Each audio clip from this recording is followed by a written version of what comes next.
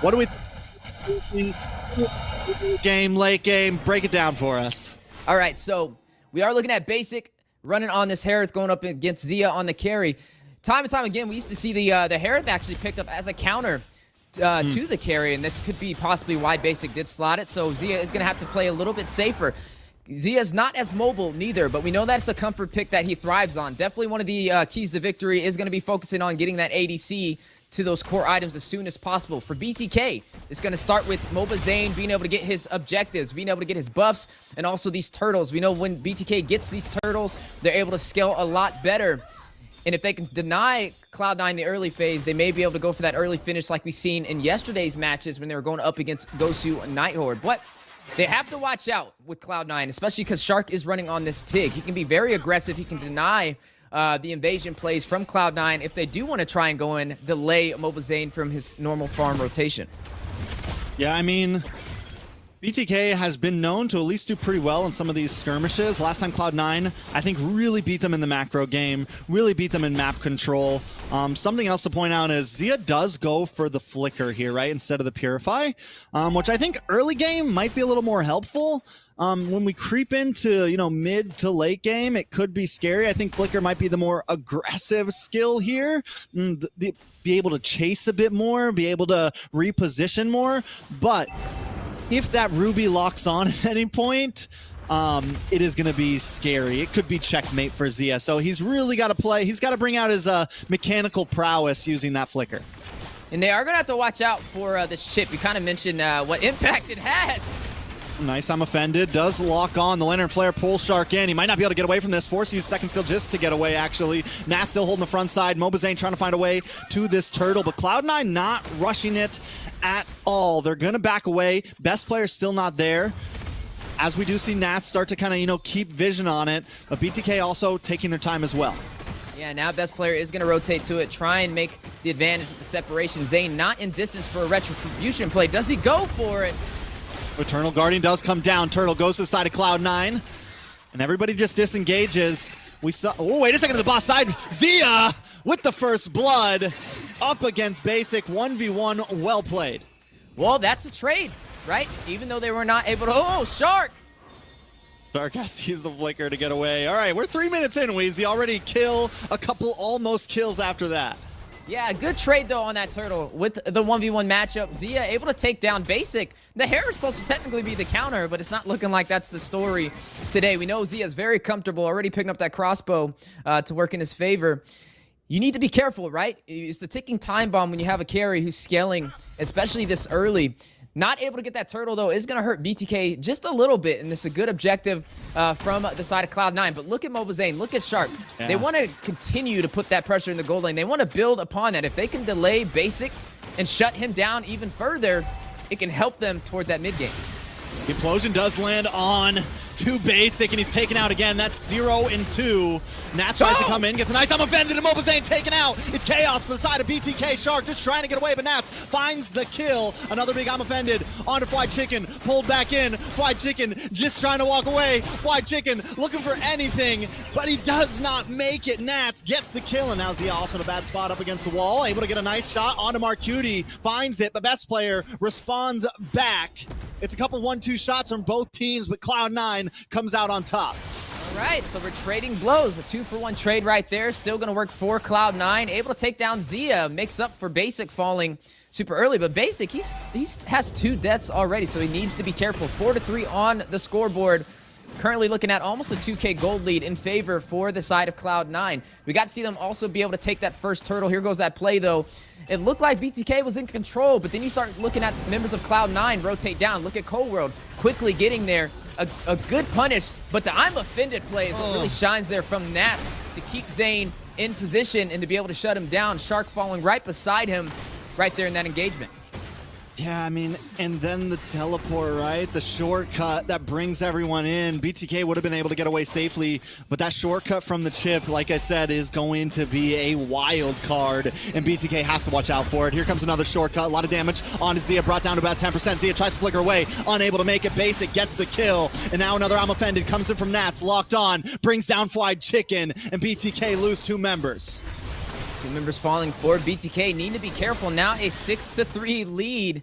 Two turtles as well on the side of Cloud9. They are climbing in this economy. Now up by 2,000 gold. Highest kills in the game is going to be over to best player, tied with Nats. And now putting on that pressure for the top side. MLBB forced to help clear with Shark. Not off to a good start. I wouldn't say it's too far out of the ballpark, though, for the Bloodthirsty Kings. They just got to kind of regroup and re-engage. Yeah, they're definitely going to have to take a second, not force any fights. They know what they're up against now. Best player finds Zia. And Zia had such a good start to this game, able to get the kill on a basic solo, but now Cloud9 has switched paces and they're locking on. Yeah, best player going to quickly try and do some damage onto this turret. Marcuti. Ooh, a lot of damage from MLBB, but he's not going to be able to get away. The Lantern Flare stops him right before he gets the kill, and best player finds it. All right, so first turret is going to go to Cloud9. Another objective on their side, slightly faster to the punch over BTK, who has yet to find an objective so far. We kind of said one of those keys to victory was MLBB able to get these turtles or finding a trade-off and finding a possible turret. But right now, they have yet to do so. Zia, 2-3-1 on this carry. We've seen him shine a little bit earlier, but now it's kind of looking like he's going to be delayed. I'd love to kind of see just the difference in gold between him and Basic, as we know both of these ADCs are going to hit very hard toward that mid-game timer. But right now, Cloud9, you can tell they're in control, at least for the early phase. And, I mean, look at best player, man. Like you said, that 4-0-3 is going to be a problem. The amount of damage he's outputting, even onto Shark or Fried Chicken right now, he's taking out the tanky boys down to about 50% with ease right now. So BTK, I think, really just looking for time at this point. A little bit of damage on a Cold War, but shortcut comes out once again, and all 5 members of Cloud9 are jumping onto BTK. Fried Chicken pulled back in. Nats does go down. Hoon able to get the kill, but they pay Fried Chicken for that one. And now the members of BTK all low. MLBB and Shark down to about 10%. MLBB just wants a purple, but he's not going to be able to go for it. Has to use the escape and give over that purple buff to C9. Hoon takes a lot of damage from the fracture. BTK still forced at bay. Marcuti just zoning them so well with the Lantern Flare. The chip just working really well for Cloud9. That teleport catching the Bloodthirsty Kings off guard. It was an even trade, though, when it came to who fell, right? Fried Chicken and Nas, both of them falling right there. Nas off to a little bit better of a start against Fried Chicken, though. 2-1-3 compared to 0-3-0 on that Gatot. As we are now seeing the items on the board, though, Gold Laners not too far apart from each other. You've seen the Starlight Requiem picked up by Basic, but matched by the Corrosion Scythe, and also the Golden Staff for that enhanced attack speed and a little bit of slow upon impact from Zia. Yeah, so at this point, like we said, BTK forced to kind of step back, and I think Cloud9, especially having the chip, they can consistently keep him on opposite sides of the map, stay close to the portals if he needs to. They can play their wide map game that they like to play. I do think with Cloud9 having this big lead that they have, they are running a little bit more of a tight formation. They have Nats who can set up these moves, and whenever they do split up, they just all come back together with the shortcut. So BTK has to find a way around this if they want to keep up in this match. Yeah, because right now, I mean, with 2 turrets lost, it's going to be very hard for them to invade the jungle of Cloud9, especially losing that tier 3 in the mid lane. That's one of the high-value targets. We got to see a little bit of chip damage on the bot side, though, with Shark, but they were not able to burst it down, so now they're going to have to regroup again. But this is allowing Cloud9 to invade with comfortability onto the side of BTK's jungle. Look at MLBB. He's looking for a possible pocket play, waiting for this Lord to also spawn in, but a lot of pressure in terms of these objectives working in Cloud9's favor. Yeah, and I mean, with BTK not being able to take a single tower, it's like, do they even go for the split push at this point? Do they even, do they just stay grouped up and, cut off the arm to save the body for a little bit? I don't even know if they can contest for a Lord right now. They do have shred potential, having Zia. They have some nice siege protection, having Shark as well with the implosion, along with Fried Chicken and the AOG. But still, it's definitely, they're in for the long haul, I think, if they want to try to win this game. Yeah, definitely going to have to play very passive now. Wait for Cloud9 to make a mistake and make the most out of the situation. But I will give BTK the benefit of the doubt. We know their team, when their back's against the wall, that's when they shine the most. I think Zayn has proven that time and time again, at least in the NACT. So we'll have to see as we trickle past the 10-minute mark now into the mid-game how BTK will respond. But we are looking at the ADCs. Not too many kills for Basic, not too many kills for Zia. And both of them were still pretty even when it came to the itemization, despite the massive lead that we're starting to see in terms of objective for Cloud9. They do have a Lord marching through the mid lanes. Should open up the opportunity for some tier 2 plays. Yeah, I'm gonna pucker up every time I see Cold World go for an attack, because I'm waiting to see 5 members of Cloud9 just jump through a portal at any moment. Lord does get brought down to about half health. I think Cloud9 coming into these fights, what they really need to do is just be careful about how much they group up. As long as they watch out for these bottlenecks coming into the base, as long as they watch out, for the response attacks of the AOG, the Implosion, and the Eternal Guardian, they watch out for that big combo that BTK could use to turn around a game, then Cloud9 will be okay. It's just all about how they approach these sieges. Speaking of sieges, down goes all tier 2 turrets. Left with their inhibitors for the Bloodthirsty Kings. Zia picking up that DHS. Anti-Caress picked up by Shark. Radiant Armor picked up by Chicken. 9-4 on the scoreboard. Look at best player, though. 10K gold. Yeah. Well ahead of everybody on the Bloodthirsty Kings. I mean, he's got a BOD, a Malefic Roar, and a Hunter Strike, and they're ready to deal some damage. All right, here comes a shortcut. Eternal Guardian does come down. Nice implosion. AOG also locks on. Bahoon takes a lot of damage. Shark goes down. Best player able to get the kill. Zia on the run. Very low. Still goes down. Mark Cutie gets it. It's Basic for 3. And now Fried Chicken might get caught up by the Lantern Flare. Mark Cutie trying to get the pull back. But BTK still in shambles. Even after getting the big combo down. Unable to output the damage. Now, they don't have as much push potential, especially with Basic falling right there, but it's still an overall win trade for Cloud9 since Zia fell in that engagement as well. Zia is going to be who the Bloodthirsty Kings is going to be relying on to turn this back around. The later this goes, the harder he will hit, the more he'll be able to shred down the members of Cloud9. But I don't think Cloud9 is looking to give him that opportunity. They're looking to try and possibly close this out with another Lord play on the way in the next 15 seconds. Right now, you're looking at an excellent game from best player on this Nolan, yet to find a single death. Cold World keeping BTK on their toes with these teleports. Just when you think you have the numbers in the advantage, here comes Cold World, here comes a teleport, and a full team of Cloud9 to engage. And this just feels like such a mental game. Zane wants to come in. Nice implosion does land on a best player. Big knock-up, Eternal Guardian, AOG, and everything goes down perfectly. Best player down, Cold World down. Zia with the speedy light wheel, but Nats and Basic find 2 more. It's a 2 for 2 right now. A lot of damage, does lock on to Fried Chicken. Mark Cutie trying to get the last couple hits from Zane, secures the double. And now BTK finally up in a team fight. Fried Chicken's got to get away as Mark Cutie brings out the Lantern Flare. But Zane doesn't want to give up this Lord just yet. Fried Chicken going back to the base for some more health. Nat still staying involved.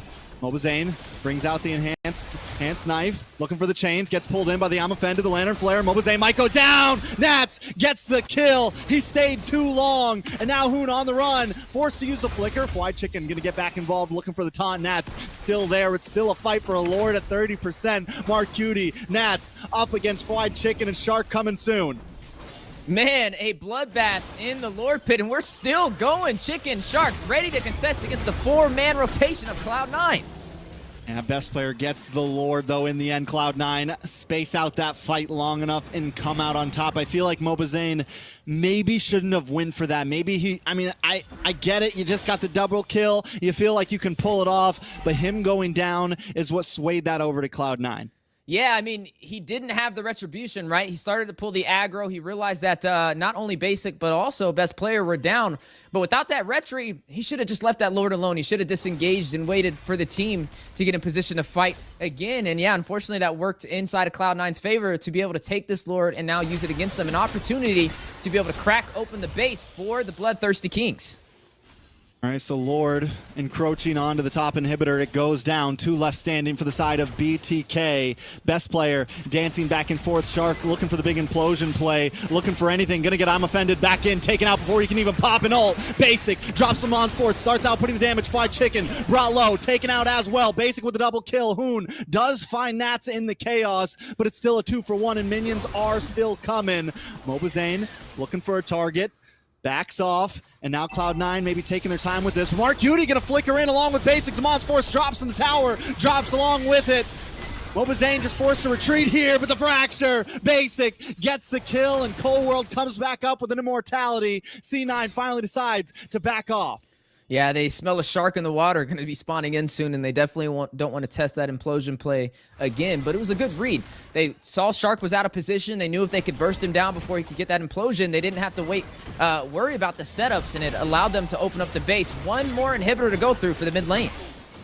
Comes the shortcut. Shark with a nice implosion though onto 3 members. Down comes the Eternal Guardian, and members of Cloud9 are thrown into the air. Basic with a double kill though. And they lose Basic. Zia gets it for his life, but Marcuti still dancing in the base with a Lantern Flare.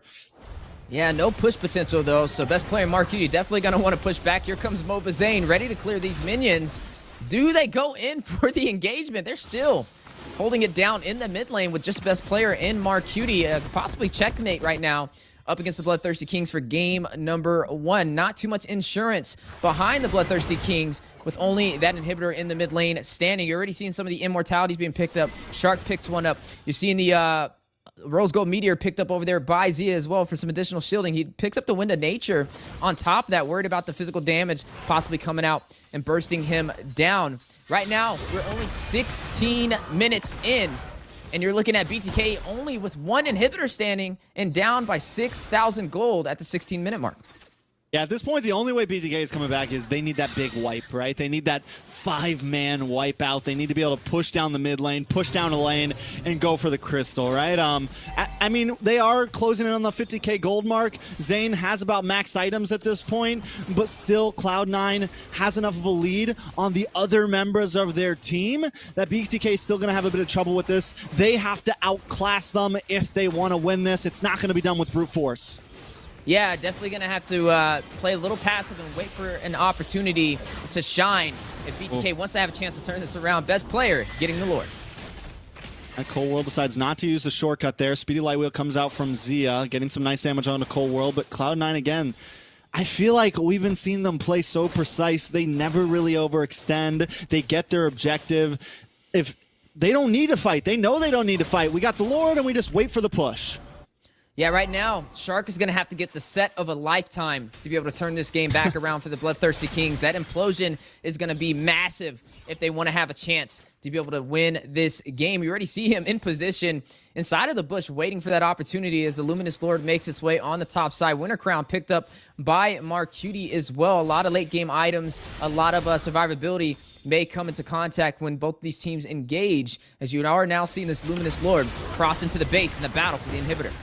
And Zia hangs out by the crystal, trying to shred down on these lanes. An Ice Lantern Flare on the fly chicken. Lord on the top side, though. Cold World and Nat sitting behind it. Zia shreds away at it. Lord does finally go down. BTK able to defend. Cloud9 not forcing it out. But watch for best player looking for White Chicken. White Chicken brought down to about 20%. Brings a little bit of health back. But in comes the possible damage. White Chicken does go down. Shark gets the implosion on 2 members of Cloud9. Mobazane trying to stack on Zia there along with him, but C9 just doesn't go down. Shark in the hands of the Zamon's Force finally falls, does pop the immortality, but it's double kill over to best player. And now it's nothing but Zia and Hoon defending against 5 members of Cloud9. The crystal may finally get locked on. 1 candy minion to help him move in as best player plays the distance. Cold World as well. Looking for the middle inhibitor. Another wave of minions. Going to be able to close the distance. Basic finally locks on, drops Zamon's Force, and that will be game number 1 going into the hands of Cloud9.